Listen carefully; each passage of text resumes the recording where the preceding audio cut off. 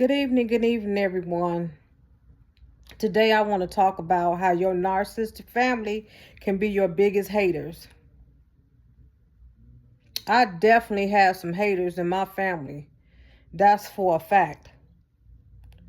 A lot of times, these people, they do not want to see you have anything. My father, for instance, was the one that started. He passed on that spirit of jealousy onto my siblings because my father, he was the type of person. His house was paid for. He retired. He wasn't hurting for anything. He had several cars that he had bought, and everything paid for. He had really good credit. He wasn't in debt or anything. But soon as one of his grandchildren or one of us, his children, buy a car, he's jealous. It could be our first car. He's jealous. We buy a new home. He's jealous. He's tall. He'll come to your face and, oh, it's nice and stuff. But then he get on the phone, gossiping with his other children, talking about how ugly your house is, how ugly your car is, just speaking down, talking bad about, your success and everything. And so not only he passed that curse down to my siblings, but they like many versions of him. I call them the mini me's of him, and everything, because they have that same exact spirit, and stuff like that, but they more covert, than he was. And so it's like they the same exact way of the way my father had jealous he is. They are jealous too. Trust me, they are jealous too. Anytime you have a little success in your life, even though these people can have way more than what you got, they will still be jealous of the little small success or anything that you have. Because see, the thing is, these people don't want you to have anything. See, the thing is, when they can't control you and anything like that, or they can't take credit, for your success or anything in life, and stuff like that, they try to diminish your success, or they try to downplay it, or they'll try to still find fault in anything that you're doing, and stuff like that. That's how I seen it in my narcissistic family. This one particular sibling of mine has it really bad. Anytime when you separate from this person, and anything like this person has a habit, and I've seen this with my own eyes. This person have a habit of trying to go back and find anybody that's connected to you to find out any negative information about you, so they can use that for ammo to say, see, this is what happened to this person because they went up against me. They love to say stuff like that. It was this one time I was talking to this one sibling on the phone of mine, and I asked them, I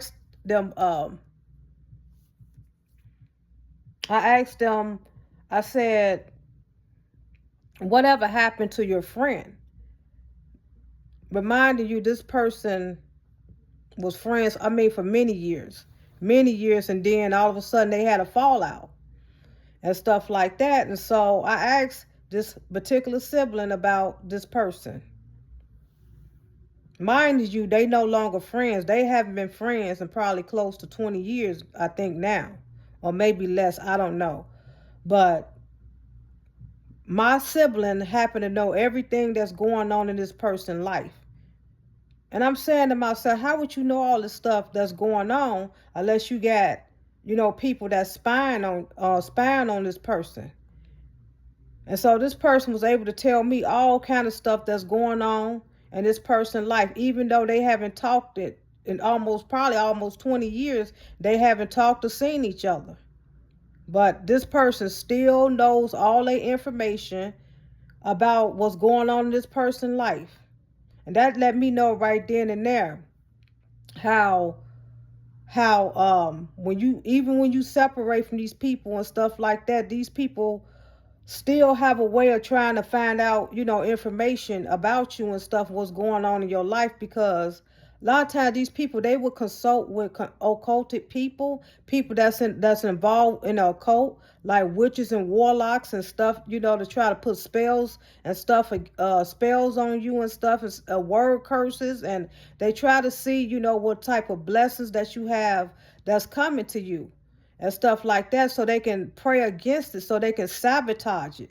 And I really believe that this person, is involved in stuff like that, because according to what God has been showing me, and stuff like that. And so it's really funny, and stuff like these people, they be knowing anything that's tragic going on in your life and stuff like that. And they seem to just call out of nowhere. When they want to, something going on in your life that's tragic, all of a sudden, here come a phone call. And these people could care less about what you're doing unless something tragic happened. Now they want to, I know I'm going off a different topic, but this is what happened to me. Anything that's tragic that's going on in your life, here they come with the fake phone calls and, and the fake concerns and stuff like that. But these people can care less about you, but it's all about their image of what they trying to project onto the world. And so, like I said, God showed me when I first moved out here to Texas, these people didn't want me to have anything. These people are jealous of any type of independence that you have. These people want you to need them. They want you to need them financially. They want you to be dependent upon them in everything they do.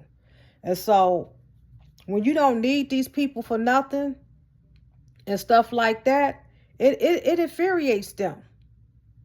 They hate the fact that God favors upon your life, that God will take care of his own people, that you don't need these people for nothing. When you're not sitting up there asking them for money and stuff, and you doing your own thing, you will have your own house and your own cars, your own transportation. You don't need these people for nothing.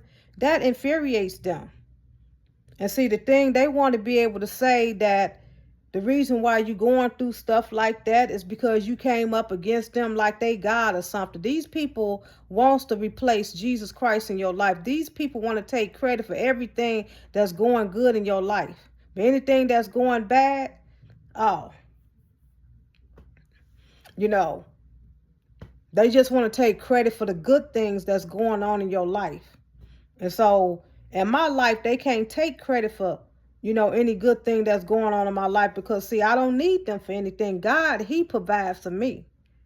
And since I've been out here in Texas, God has definitely been provided for me. I have not want for anything. God has definitely been good to me.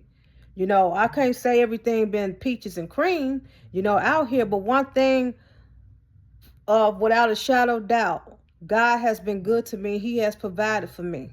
And so for that, I am grateful. And I don't have to ask these people for anything, because God has been good to me.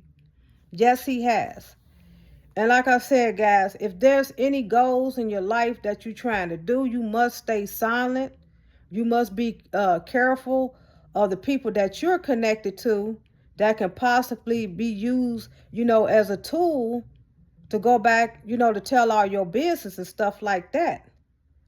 And so if they can have it their way, trust me, these people, they want to see you homeless. They want to see you on the street begging and everything, all because they can't control you. That's just how sick these people are. It's all about control. These people wants to be the God in your life. They wants to take control of everything. And when they can't no longer control you or anything like that, you don't need them for anything, they will despise you. And they, trust me, these people are praying for your downfall. They don't want nothing good to happen to you.